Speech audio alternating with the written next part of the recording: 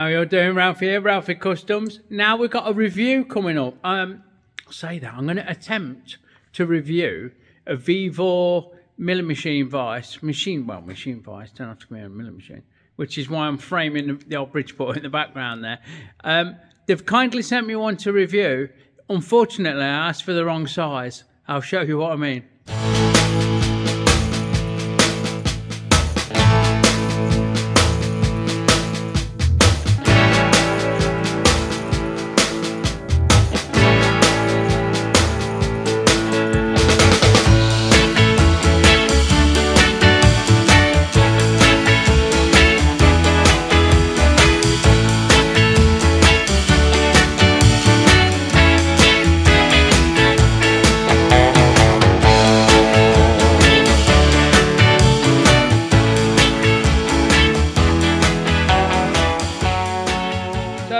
Here's the one I normally use. This is called their 5-inch, I believe they refer to it, and it fits lovely. And when they offered to do me a review, I thought, well, I'll ask for another 5-inch, I'll have a matched pair. So if there's any long jobs coming, any long slots to cut in bar or whatever, I've got 2 matching vices, and hopefully they'll clock up nice together and happy days. But I asked for a 6-inch by mistake, look. Look at the fucking difference. It's like a fucking cuckoo in the nest. So we've ended up with a 6-inch, which I've not tried on the milling machine yet, but I think it's going to look fucking monstrous. Although, you can't have too big, can you, boys? You know what I'm saying? Let's have a look at it. Right, so we've got the Vevor 150mm machine vise. I've sat it on the milling machine, and by fuck you need your rubber pants. I don't know why it weighs, but you got to be careful there, boys. Look up, keep your back straight.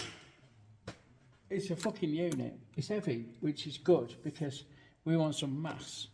The more mass this has, the more the sturdier it tends to be. So we'll avoid vibration, chatter, and all other nasties that come with using flimsy holding down gear.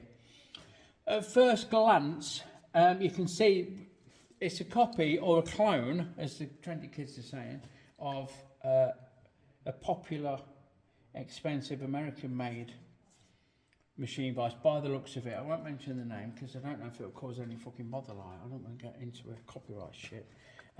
But yeah, looks fucking great. Like I said, I've had the 4-inch, I've used the 5-inch every day. I asked for the 6-inch by mistake, but I'm familiar with the brand and the build, and I absolutely love them. So let's have a look at what we've got. We've got this bit is 150, the main body. So the jaws come in a little wider, nearly 161, or 161, near enough. And I know the whole unit is 152 tall, so you're losing 6-inch off your bed light. That's worth noting.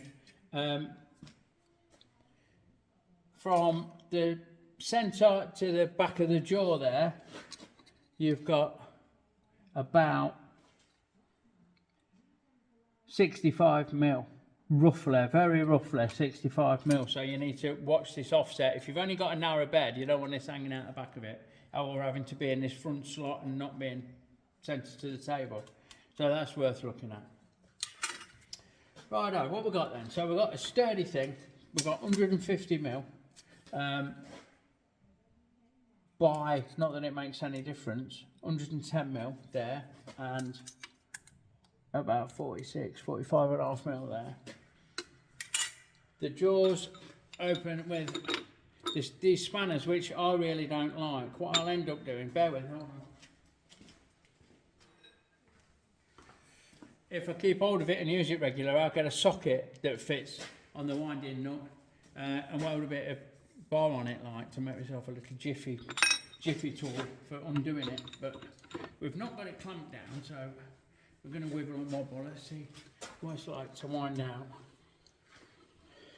It's worth pointing out, if the camera's picking up these little bit of surface rust there, a couple of spots, like, that's happened since I've had it. It's sat on the floor here for a couple of weeks or 3 weeks or more, and we've had a right load of rain, so it's got a little bit damp. It was spotless when it came. It's firm to undo, and although it's not bolted down, there's no play in that, which is good. We don't mind it doing a bit of this and that, because that's the jaw we run off like, that's the register. But we don't want it fucking tipping up. That'd be bad, that'd cause instability and make the part want to move. But so far so good. I mean, that's lovely and smooth, that is. And that shows us that we have got 45mm depth. So we're 160, what do you say, 162 or 161 by 45 deep. And if you bear with me, I'll get this wound out with this clumsy winding handle. And we've got, right, that opens out to 174, I'll call that one fucking on size. I don't want to go off the back of the thing, off the back of the body light. That wouldn't be good. There might be there will be a stopper to run out of thread, but we don't need to push it that far. So it's worth noting that, I'll spin it round for you, hold on. These jaws come off, you can take those off. You always need to use them, really, if you're clamping, but they can be bolted on the back, look, on the back of this one, and if I can frame it, on the back of this one. So you've got this full width there, haven't you? You're going to have more than this rule. It's got, hold on, bear with. You're going to have, a bit more than that, ain't you? So, over 360mm. So, 14 inches if you put those jaws on the outside of the job. So they'll sit up here, and then you can lay the work on here and clamp it up. And find other old down solutions, you know, you can make fixtures that bolt on and help you do what you're doing. So it's got quite a good fucking range. You know, the more I look at it, the more I think it might be alright. The size might be alright. Right. They do come on this base, which is graduated for turny. I think I've jammed it up somewhere, alright. Bear with. The nuts that hold it down are a weird size. They're like a 20mm, not 3/4. That won't go on there. So I've got the old adjustable. It's a metric adjustable, so we're okay. But you've got this swivel base, which I probably will never use. I've never used one of the others that I've had. 2 reasons. One, we're getting this higher up off the bed, which can lead to instability. And 2, I've got a rotary table. So if I want to do any fine angle work, I use my rotary table. However, if you've not got one, you've got some right clear graduations on here, and there's not an index mark. I've looked all over these and there's never an index mark. So what I'd do is, if you're using the base, get this clamped down, get that clocked up to 90, tighten everything down, and then pick which one's going to be your 90 and put a centre punch mark at the bottom there and at the top there. So when the centre punch mark lines line up, then you're true. And then you can move around and count your angles. But I double check it, you know, depending on what you're making. I mean, if you're making something to hold the fence post up, it'd be fucking happy days. You could 45 it and drill it or machine it or do what you want to do really easily. They're ever so smooth and free moving, look. There's no nasty bumps and bangs. Let's have it off and have a look. Like I say, I don't use it. They do give you old downs, T-bolts for both jobs, like, so we've got those. I'm pretty sure these are the same. They might be a bit longer. Let's have a look. So, oh, this is going to be if I pass wind, I can only apologise because it's fucking over. Right, off with that. And yeah, you can see there's a little cutout on the base to get these out. Oh, they're the same, so you can't mix them up. That's happy days. The surface of that's, it's machined. It don't look round, it looks machined, but there's no nasty bumps and no horrible things going on. So that's all right. Let's have a look at the vise. Let me just move this out of the way.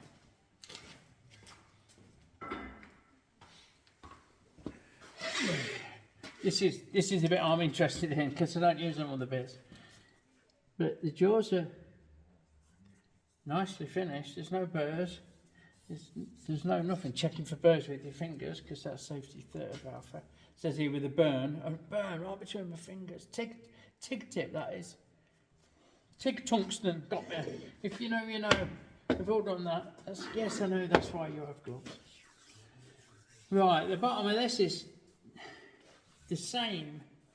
It looks to be ground because we've got long linear lines. I don't know how true it is, and I've not really got, other than the milling machine itself, I've not really got a surface plate or anything to dial indicate off it to see how true it is. But the finish is great. It's obviously cast and then ground or machined in some way. Like the swivel base, it's got cutouts for these dogs that knock in and then are held down with a screw, and they go in your slots here, so it helps you locate it and dial it in quick.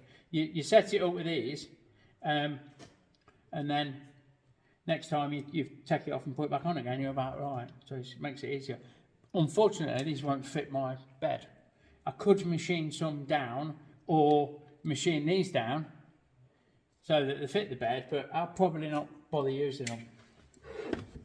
What I'll do instead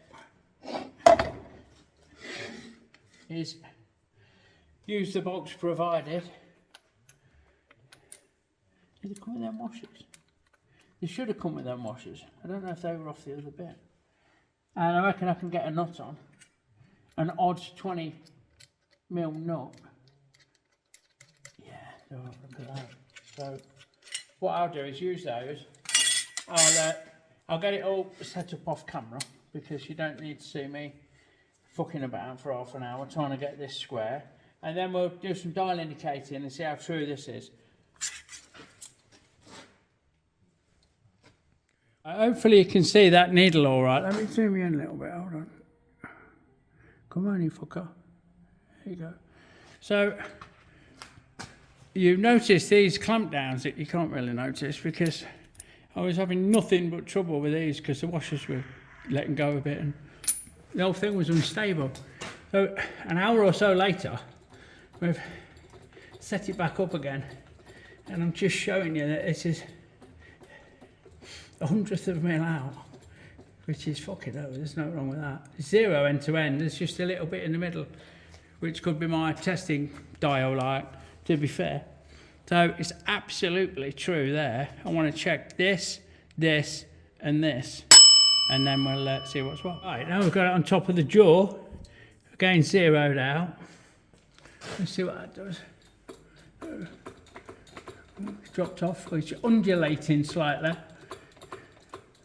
And we've dropped off. Well, actually gone off, I think. So that's running out quite a bit. 9/100ths of a mil run out, nearly 10/100ths of a mil, which is 1/10 of a mil. That's 4 thou. That's 4 thou out. Let's see what the actual, zoom you back out. See what the actual back of the machine is compared to that, because this might not be ground true. So same thing, we're zeroed on the back. On the actual body of it, we're 4 thou out, weren't we, before? There's 4, 5, or was it 8? 8/10. Sorry, 8/100ths. There's 10/100ths, yeah, same. So it is 4 thou out, left to right. Okay, now we're going to sweep across this. So we'll see how far out, if any, this is. Well, it's holding true, that's a good sign. So if you're indicating off the bottom of the body, off your parallels or whatever, we're doing okay. Just lift it up. We're nearly back to 0. 2/100ths. Oh, that's nothing, that's like 1 thou and a bit. So this is true. This back's true, but the top of this and the top of that aren't true, which is not the end of the world by any means. Right, lastly, we're going to try and zero this. I put the tripod in the way of the fucking handle to wind the bed up. So we're going to see what it's like moving this way. So this is pretty true.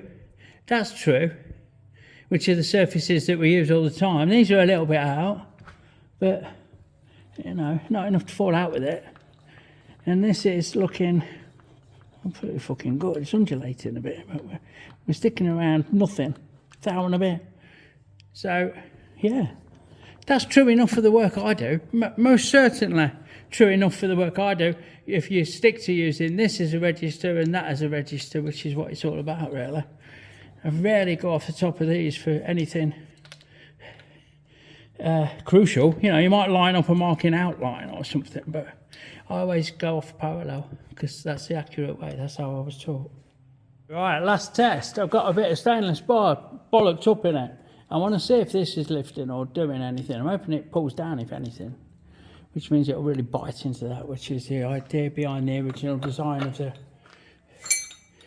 one that this is a copy of that we won't mention. So I just want to see what it does. So it is dropping down a bit. It's got a little bit of lift. This is a little bit of lift. If I undo it, see what happens. Yeah. Not a lot though. Not a lot. So that's loose. And off camera, I've got the fucking mighty bollocker up. And it don't, it just lifts fuck all. I'm pleased with that. It might not be running 100% true from this edge with that job in. Let's have that out and try it. But it only just fucking moves a fraction when we tighten it up, which is what we want. So let's have this out. Have these parallels out and bollock this up. And, chase it along. Look, live TV going on. So I want to see how true it is. So that's tight to the face now. And we'll zero a dial.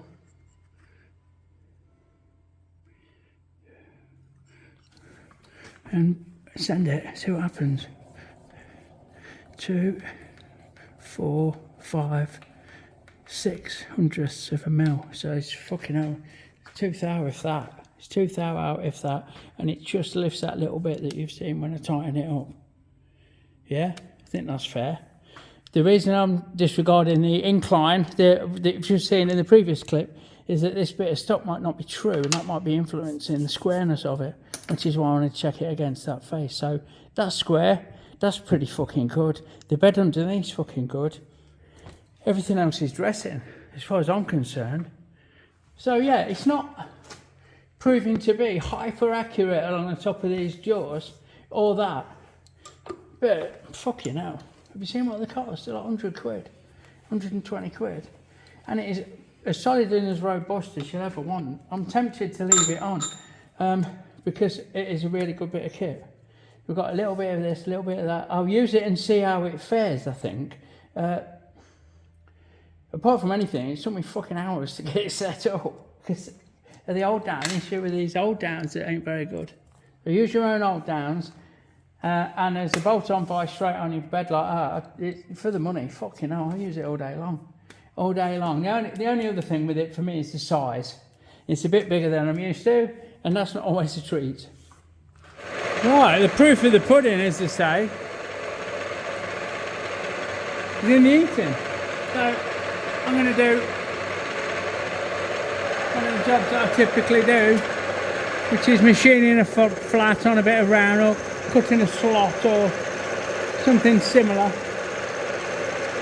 I don't normally use coolant on this machine, but I wanted to in this instance because I wanted to show you this feature. Let me move you around, where all the coolant runs around and runs off and goes where it belongs, on the bed, so it can be drained away, which is nice. Bit of a mess saving feature. So that's holding that nice, isn't it? Let's give it a bit more shit. Give it a bit more fucking stick, eh? Come on. See if it grips this. There's no V-blocks in place, just on the jaws. 7/16 cutter into mild steel. This is a bit of a test really. You can hear it squealing a bit like, but it's certainly holding it.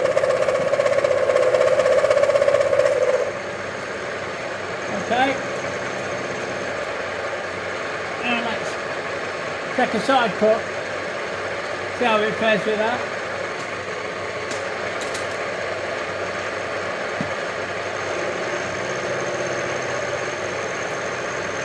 Oh, a bit too light on the side cut, hold on, bear with.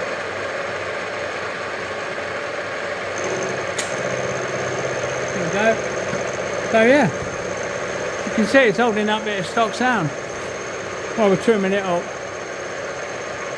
It's certainly sturdy enough, certainly fit for purpose, in my humble opinion. There you go, there's the Vevor 6-inch 150mm machine vise. I know I didn't really cover the rotary side of it, but I don't use that plate.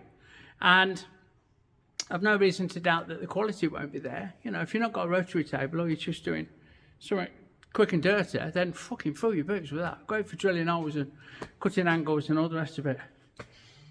If you're on the market for a budget, let me tilt you down a bit, for a reasonably priced machine vise, then I don't think you can go far wrong with the Vevor range. And I'm not saying that because they've given me that to do a review. Previous to this, I think I've had 2 4s and a 5. I know I've got a 5, I really like it. And now I'm happy with a 6. So see what you think. I'll drop a link in the description, and there's also a discount code for everything off the site. So if you want to go on there and have a mooch, have a mooch. It just leaves me, as always, to say thank you for watching. If you like what you see, give me a thumbs up and please hit that subscribe button. Check out everything in the description below, and I'll see you for more custom bike building shenanigans next week. Have a good one, everyone. Big love.